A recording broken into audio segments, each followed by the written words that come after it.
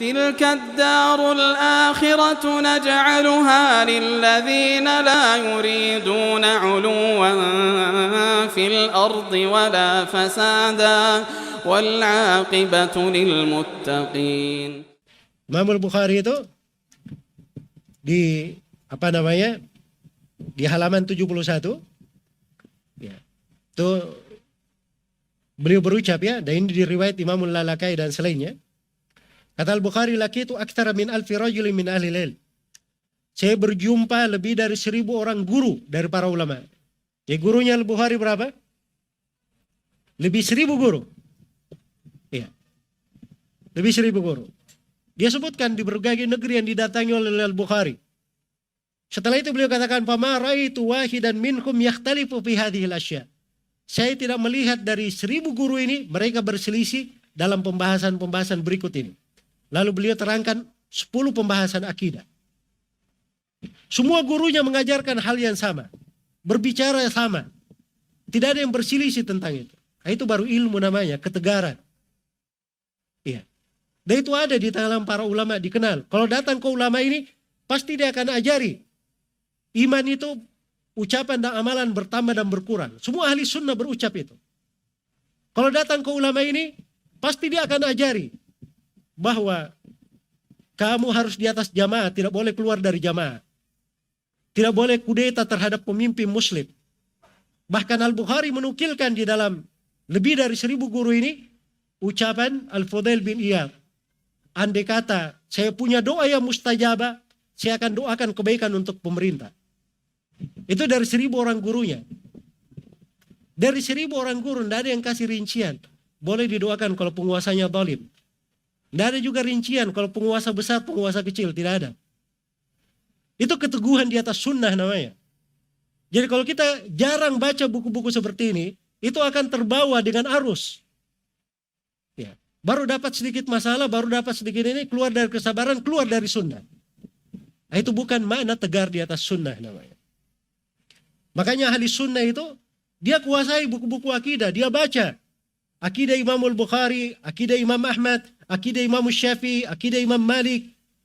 Dia baca dari ratusan buku akidah, yang kecil, yang besar, yang pertengahan, dengan sanad, tanpa sanad, semuanya dia baca. Nah, itu baru ketegaran di atas sunnah namanya. Dan kita baca dari guru kita, buku-buku yang seperti itu. Kami bukan baca 1-2 buku. Buku-buku yang kami sudah pelajari, kami kadang baca berulang kali kepada guru itu. Iya. Dari buku-buku akidah itu kita tanyakan. Walaupun dia tidak ajarkan di pelajaran resmi, tapi kita bacakan ke guru-guru kita. Dan itu hal yang sebenarnya berjalan di tengah para ulama dari masa dahulu. Tapi jarang penuntut ilmu itu memahami makna ini. Dia sepelekan. Oh, salah satu usul itu pelajarannya anak-anak pemula. Ya. Oh, ini untuk pondok saja, untuk orang awam tidak cocok. Oh, ini sudah pernah khotam 1 kali saya. Sudah cukup. Subhanallah ya. Al-Bukhari ini lebih 1000 orang guru. Hal yang sama. Nggak ada istilahnya pernah khatam. Sebab itu akidah. Itu keyakinan. Itu jalan dalam belajar. Jalan dalam beriman. Jalan dalam bertauhid. Jalan dalam bertauhid. Makanya kalau ingin tegar di atas sunnah, ikuti jalannya para ulama. Iya. Imam Ahmad, Imam Al-Bukhari itu terlihat ya di masa fitnah apapun mereka tidak berubah. Itu saja. Itu saja. Sebagaimana para nabi dan para rasul yang paling lengkap di dalam hal itu. Bukan masalah akidahnya saja mereka. Malah di dalam akhlaknya tidak pernah berubah. Coba bayangkan itu Nabi Yusuf ya. Di penjara, 2 orang yang di penjara berkata, "Inna naraka minal muhsinin." Kami melihat engkau orang yang sangat baik sekali, muhsin. Ketika dia sudah menjadi menteri, saudara-saudaranya yang belum mengenal Nabi Yusuf waktu itu berkata apa? Inna naraka minal muhsinin. Kami melihat kamu dari orang yang muhsin. Di segala kondisi, susah, senang, sama. Tidak ada perbedaan. Itu ciri orang-orang yang teguh. Pengikutnya para nabi dan para rasul. Dan keteguhan ini tidak datang begitu saja. Ada jalannya. Ada hal yang dipelajari. Bukan cuma ukuran, oh ini ahli sunnah. Saya sekarang sudah kenal sunnah. Sudah bisa pakai baju 3/4, pakai jubah, pakai kopiah, ya celana cingkrang. Ya. Saya tidak isbal. Oh, saya sudah belajar sunnah karena saya di dalam sholatnya saya sudah tidak dikir berjamaah, tidak doa berjamaah. Betul, itu ciri-ciri orang yang kenal sunnah. Tapi akar keteguhan di atas sunnah itu di kalangan ulama terdahulu tidak pada hal yang seperti itu. Pokoknya adalah pada perkara-perkara tauhid dan akidah. Makanya disitulah mereka mendidik. Ya, lihat ya pendidikan Nabi SAW. Itu saya sebutkan haditsnya ya. Di halaman 67. Ini contoh pendidikan Nabi ya, supaya kita tahu bahwa Nabi itu menanamkan perkara akidah merata. Semua sahabatnya paham perkara akidah itu. Perhatikan itu riwayat dari Ibnu Dailami. Ibnu Dailami ini rahimahullah seorang tabi'in namanya Abdullah bin Fairuz. Beliau pernah ada kena syubhat masalah takdir. Kena syubhat masalah takdir. Datanglah beliau kepada Ubay bin Ka'ab. Iya. Ubay bin Ka'ab bertanya tentang itu. Dia terangkan, jujur. Saya temukan dalam diri saya ada sesuatu begitu. Syubhat, ganjalan terkait dengan takdir. Tolong sampaikan kepada saya sebuah pembicaraan, sebuah hadits. Barangkali Allah melenyapkan syubhat itu. Nah, itu ulama terdahulu begitu. Mereka kalau ada masalah, ya curhatnya itu datang kepada para ulama, bercerita. Beda dengan kita ya, kalau sudah ada masalah curhatnya ke YouTube, ya, atau baca kemana begitu. Hal-hal yang kadang tidak jelas. Ini memang dia datang, dia tempuh jalannya. Dia datang kepada para sahabat, tanya kepada Ubay bin Ka'ab. Maka Ubay bin Ka'ab menjelaskan tentang takdir di situ. Tuh baca ya riwayatnya di situ. Setelah itu, setelah Ubay bin Ka'ab, Ibnu Dailami ini datang lagi kepada Ibnu Mas'ud radhiyallahu taala anhu. Ibnu Mas'ud ini dari ulama sahabat juga. Coba bayangkan ya, Ubay bin Ka'ab ini dia itu tinggalnya di Syam. Ibnu Mas'ud ini tinggalnya di Kufah. Jadi bisa antum bayangkan bagaimana dia pergi bertanya. Ini bukan seperti kita ya.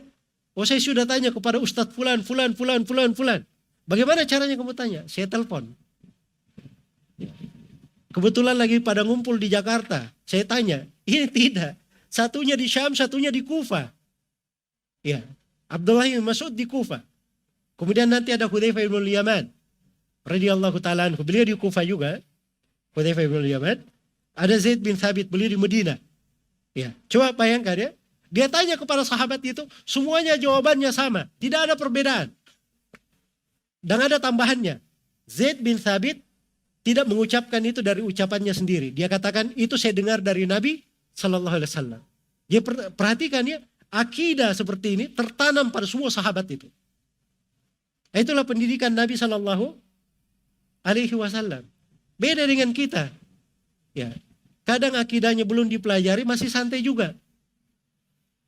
Masih santai juga. Terus merasa bisa tegar di atas sunnah, tegar di tengah fitnah.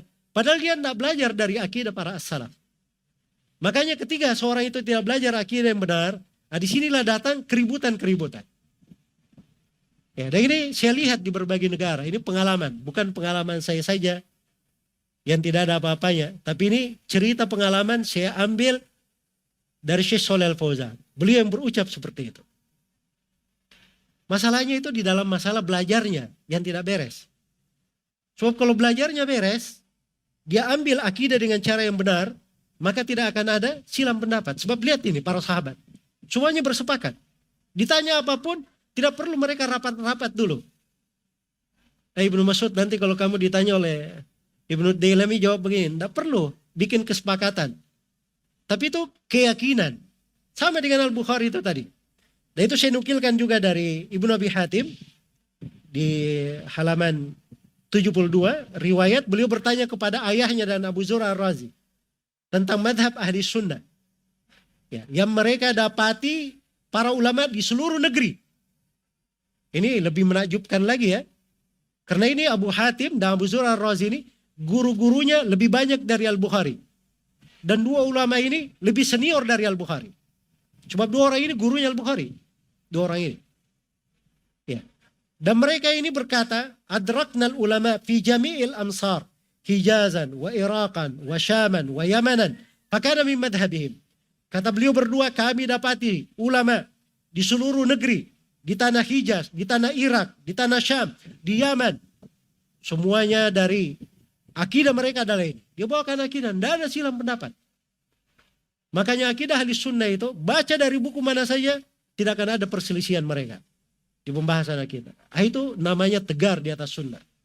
Bagaimana bisa sampai ke sana kalau tidak pernah mempelajarinya? Tidak pernah mempelajarinya. Iya. Paling tidak belajar satu buku dasar. Kita sudah selesaikan di program Mafatihul Ilm ya. Ada 10 kitab akidah itu. Itu standar pembahasan akidah ahli sunnah. Dan ada akidah al-wasitiyah karya Syekhul Islam Ibnu Taimiyah.